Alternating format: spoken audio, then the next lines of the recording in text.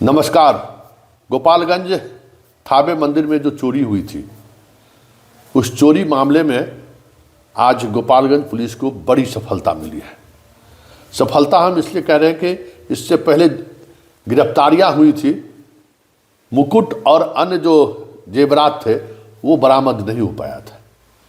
लेकिन आज यह कह सकते हैं ना कि क्रेडिट विनय तिवारी एसपी गोपालगंज का जा रहा है, जिन्होंने एक चौथे अपराधी, जिस अपराधी के बारे में लगातार छापेमारी हो रही थी और कहा जा रहा था कि वही मास्टरमाइंड है, चौथे अपराधी की गिरफ्तारी हुई। और उस गिरफ्तारी के बाद उसके निशानदेही से उसके एक पुराना घर था, वहाँ खुदाई हुई और खुदाई होने के बाद वो सारा जेवरात मुकुट सहित आप वीडियो में देख भी रहे हैं कि विनय तिवारी खुद उस मुकुट को लगाकर दिखा रहे हैं कि किस तरीके से बरामदगी हुई है। तो सारे के सारे चोरी की गई सामग्री बरामद कर लिया गया है। और जो खबर आ रही है कि इस पूरे मामले में आप पुराना सीसीटीवी भी हम चाहेंगे कि आप देखिए कि जो दो लोग अंदर गए थे उसमें एक की गिरफ्तारी पहले ही यूपी से हो गई थी, जिसके गर्लफ्रेंड की निशानदेही पर गिरफ्तारी हुई और वो बार बार अपने आप को निर्दोष कहता रहा।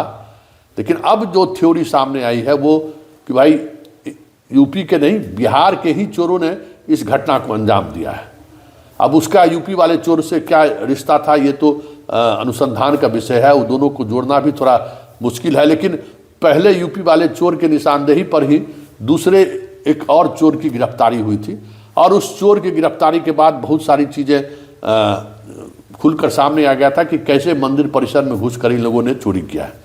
हालांकि उस दूसरे चोर की गिरफ्तारी के समय वो सामग्री बरामद नहीं हो सकी थी, मतलब जो जेवरात की चोरी हुई थी वो बरामद नहीं हो सकी थी। आज वो बरामद हो गया है। ज़रा सुनते हैं विनय तिवारी जी से कि कैसे इसकी बरामदगी हुई है, क्योंकि यह बहुत ही हाई प्रोफाइल मामला नहीं था। ये मामला एक ऐसा मामला था जो धार्मिक मान्यताओं से भी जुड़ा हुआ था और लाखों लाख आदमी की भावनाओं का भी एक कह सकते डोर उस मंदिर से जुड़ा हुआ था कि आखिर माँ का मूर्ति जब सुरक्षित नहीं हो, माँ का मुकुट सुरक्षित नहीं हो, माँ का गहना सुरक्षित नहीं हो, तो फिर तो कौन सुरक्षित रह सकता है। एक इस तरीके की बात सामने आने लगी थी। याद होगा वहीं के विधायक जी ने उतने ही राशि का मुकुट माँ के में चढ़ाया भी, उसको पहनाया भी गया।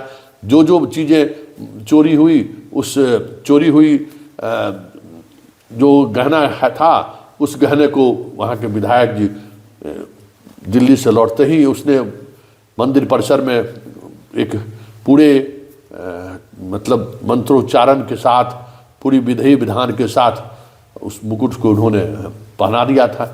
लेकिन चलिए बरामदगी हुई और इस बरामदगी से हमें लगता है कि जो हाल के दिनों में जितनी मूर्ति चोरियां हुई है बिहार में, लगातार जो चोरी की घटनाएं घट रही हैं, उससे एक क्राइम का ट्रेंड भी पता चलेगा कि इसमें किस तरीके के लोग शामिल होते हैं। क्योंकि वहाँ पे बहुत मुश्किल हुआ था, बड़ी मुश्किल से बरामदगी हुई थी। वो सीसीटीवी फुटेज के बाद अब यूपी का रहने वाला बिहार आया, बिहार में आकर रेकी किया और रेकी करके फिर चोरी का प्लान किया 2 दिन के अंदर ही।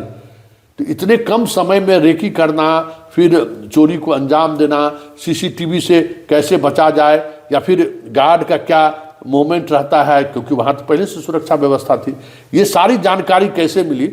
अब इस मामले का खुलासा जब सारे लोग पकड़े गए हैं तो हमें लगता है कि एक खुलासा, बड़ा खुलासा होगा और इसमें कुछ न कुछ ऐसे लोग भी ज़रूर शामिल हैं जो अभी भी पुलिस, जिसके बारे में हम कह सकते हैं कि मूर्ति चोरी करके या मुकुट चोरी करके, ठीक है सोना का मुकुट है, आज के तारीख में जितनी उसकी कीमत है वो बहुत ही महंगा हो गया है। अब तो लाख रुपये भरी हो गया है, 10 ग्राम का लाख रुपया कीमत हो गया। और वो कहते हैं कि बहुत वजन वाला मूर्ति का वो मुकुट था।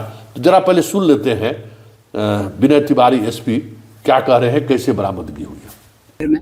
कुछ नकाबपोश चोर आए थे और उनके द्वारा माता का जो सोने का मुकुट था, छतरी था, सोने का नेकलेस और चांदी का हार चोरी हुआ था और एफआईआर दर्ज करके अनुसंधान किया गया था। इसमें पूर्व में भी 3 अभियुक्तों को गिरफ्तार किया था और कुछ सामान जो है वो रिकवर हो चुका था। तो घटना का उद्भेदन पहले हो गया था, लेकिन चूंकि थावे मंदिर गोपालगंज की एक बड़ी प्रतिष्ठा है और हम लोगों ने SIT बनाई थी और लगातार उस पर काम कर रहे थे, तो SIT के प्रयास से और दुर्गा जी की कृपा से, थावे माँ की कृपा से आज जो है उस घटना का जो चौथा अभियुक्त था, वो शरीफ साईं, जो कि भोजपुरवा का रहने वाला है, उसकी गिरफ्तारी हो गई है।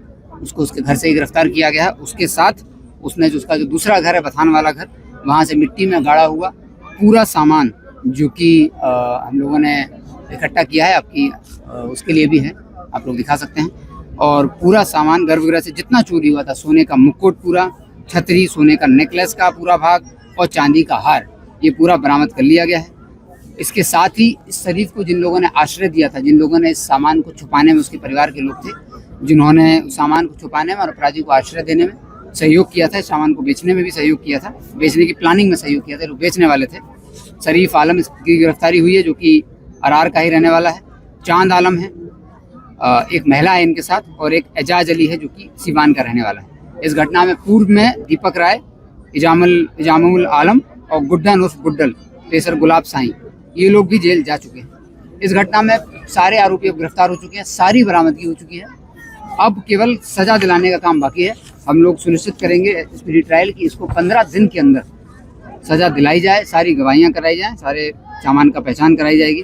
तो बरामदगी भी हो गई है, सारी गिरफ्तारियां हो गई हैं। इस घटना में पहले SIT बनी हुई थी SDPO सर 1 के नेतृत्व में, उन्होंने लगभग अनुसंधान करके इसको क्लियर कर दिया था। नई गिरफ्तारी के लिए एक SIT बनाई गई थी हरिंदर इंस्पेक्टर के नेतृत्व में, उन्होंने गिरफ्तारी की और बाकी बरामदगी में टाउन थाना प्रभारी, SDPO सदर 1 और टाउन थाना प्रभारी, कटिया थाना प्रभारी और DIU की टीम हरिंदर, इनकी पूरी टीम ने इसमें गिरफ्तारी की है। और अखिलेश कुमार जो थानाध्यक्ष थावे हैं, उनके द्वारा भी इसमें कार्य किया जा रहा था। पूरी टीम को इसमें हम लोग बहुत जल्द ही इस घटना में सजा दिलाने के बाद ही, हम लोगों ने टीम को पहले पुरस्कृत करने का प्लान किया था कि हम लोग आज ही पुरस्कृत करेंगे, लेकिन हम लोगों ने निर्णय लिया है कि जो भी पुरस्कार होगा वो सजा दिलाने के बाद होगा, क्योंकि पुलिस का जो कार्य है वो अनुसंधान पर समाप्त नहीं होता है। तो आपने सुन लिया, तो ये एक महत्वपूर्ण उपलब्धि है। कहते हैं ना कि जस हाथ में लिखा होता है, वैसे माँ का ये बहुत बड़ा भक्त है, पूजा पाठ में बड़ी भरोसा रखते हैं विनय तिवारी। और समस्तीपुर रहते हुए इन्होंने ज़बरदस्त क्राइम पर एक से एक टेक्नोलॉजी के सहारे, वैज्ञानिक साइंटिफिक इन्वेस्टिगेशन के सहारे बहुत सारे ऐसे मामले का इन्होंने उद्भेदन किया है जो पूरी तौर पर ब्लैंक केस था, आप सोच नहीं सकते हैं। उस केस का को इन्होंने डिटेक्ट किया था। तो हमें लगता है कि वहाँ पहुँचते ही जस्ट, हालांकि पुराने SP ने बहुत कुछ उस मामले में प्रोग्रेस कर चुका था, जैसे जो चीज़ें सामने आई थी, क्योंकि उसी के निशानदेही पर विनय तिवारी आगे बढ़े और फिर इन लोगों की गिरफ्तारी हुई है। लेकिन विनय तिवारी के कामकाज की जो शैली रही है और जिस तरीके से अपराधियों को वो पकड़ते हैं साइंटिफिक तरीके से, चाहे वो कहीं भी पताल में क्यों न छुपा रहे, वो विनय तिवारी से बच नहीं सकता है। क्योंकि समस्तीपुर में उसने प्रूफ करके दिखा दिया है कि भाई अपराधी कितना भी शातिर क्यों ना हो, चाहे वो कितना भी बड़ा क्यों नहीं हो, कुछ न कुछ ऐसा साक्ष्य छोड़ कर जाता है जिसके सहारे उस अपराधियों तक पहुंचा जा सके। तो ये एक बड़ा कैच हुआ और एक बड़ी उपलब्धि मानी जाएगी विनय तिवारी की।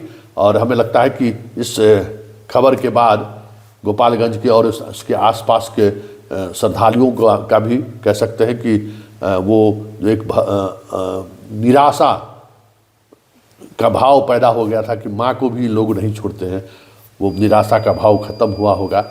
लोग अब कल से, अब क्योंकि वो बहुत बरसों बरस पुराना मुकुट था, एक जश्न का भी माहौल है।